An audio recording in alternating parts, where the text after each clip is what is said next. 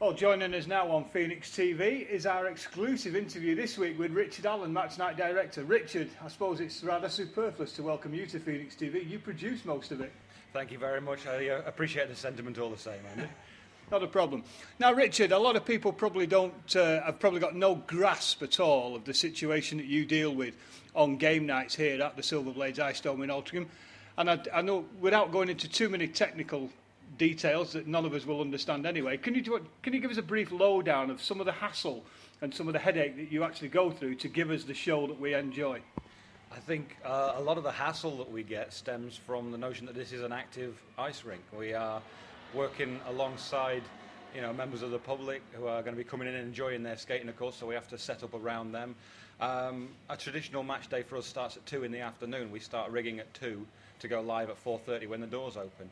So it's 2.5 hours of running around trying to get interviews such as this one in the can, trying to get the camera set up, trying to get our video feed set up, and enjoying all the wonderful technical headaches that working in a rink brings us.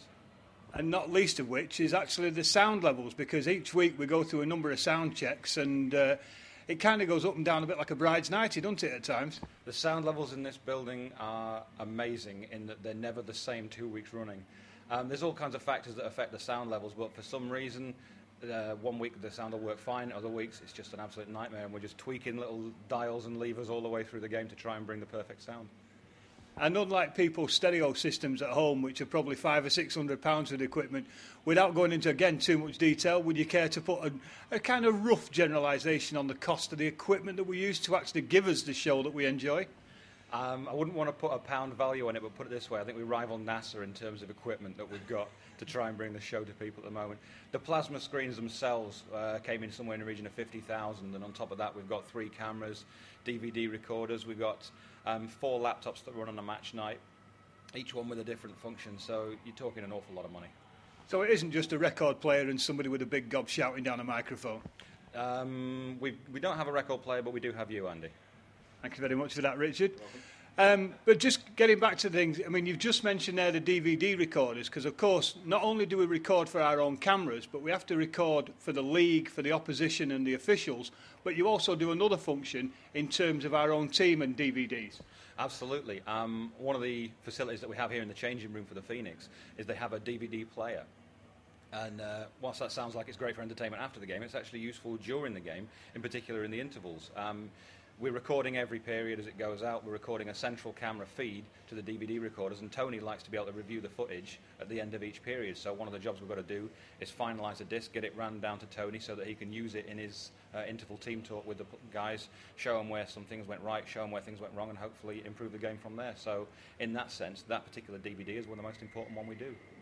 So as you mentioned, there's no shortage of staff. 3 cameramen, that's obviously 3 cameras, obviously 3 cameramen. And how many people have you got on the control desk as well at the same time?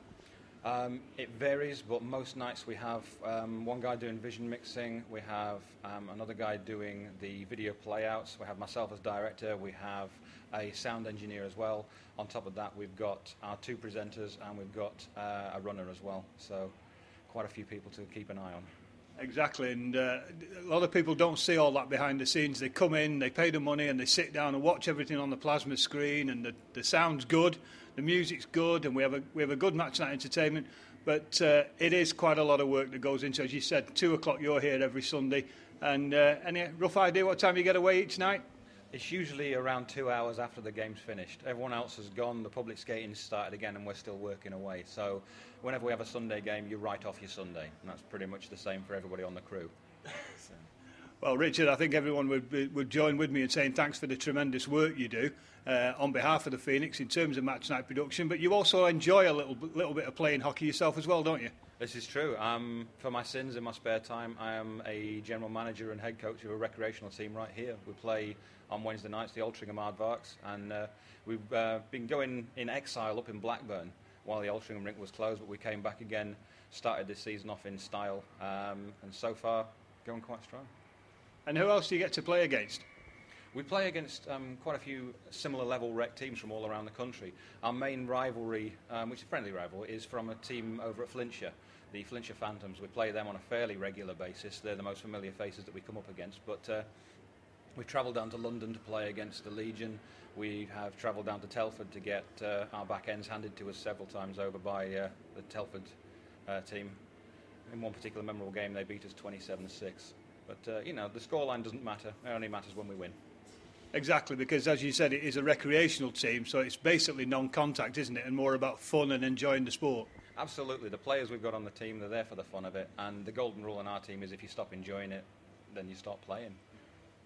I guess as well, you've mentioned there that the aardvarks go to Flintshire and Telford and London and other far-flung places. I guess just like the professional game, you'd like there to be more ice rinks in the country so that there could be more rec teams, so maybe the travelling could be a little bit cut down, but maybe a little bit more diverse. Absolutely. Unfortunately, we play in a sport which requires an awful lot of investment in terms of facilities. When it comes to things like football and rugby and stuff, you just need a big open field, but with ice hockey you need an ice rink, and there just aren't enough of them in this country at the moment. There's temporary rinks that open up every Christmas throughout the country, but the bottom line is when Christmas is gone, those rinks disappear and we're left with what we can get. This is why we're grateful for Altrincham being reopened, because it's a lot less travelling time. Absolutely, and of course, I guess another thing that a lot of people don't realise about recreational hockey, it doesn't take part at prime time, such as the Phoenix at 5:30 on a Sunday. Tell us just a little bit about the hours that you put in terms of your dedication to rec hockey. The Wednesday night session that we have for training, we're on the ice at 10:30 at night and we're off at midnight. And we also train up at Blackburn on a Saturday, and we're not on the ice until 11:15, and we get off again at 1:45 in the morning. That's the only time we could get. Well, I think those people that don't know should actually be probably a little bit more in awe of the effort that you put in on behalf of hockey. Richard, Allan, many thanks for joining us on Phoenix TV. Thank you very much, Andy.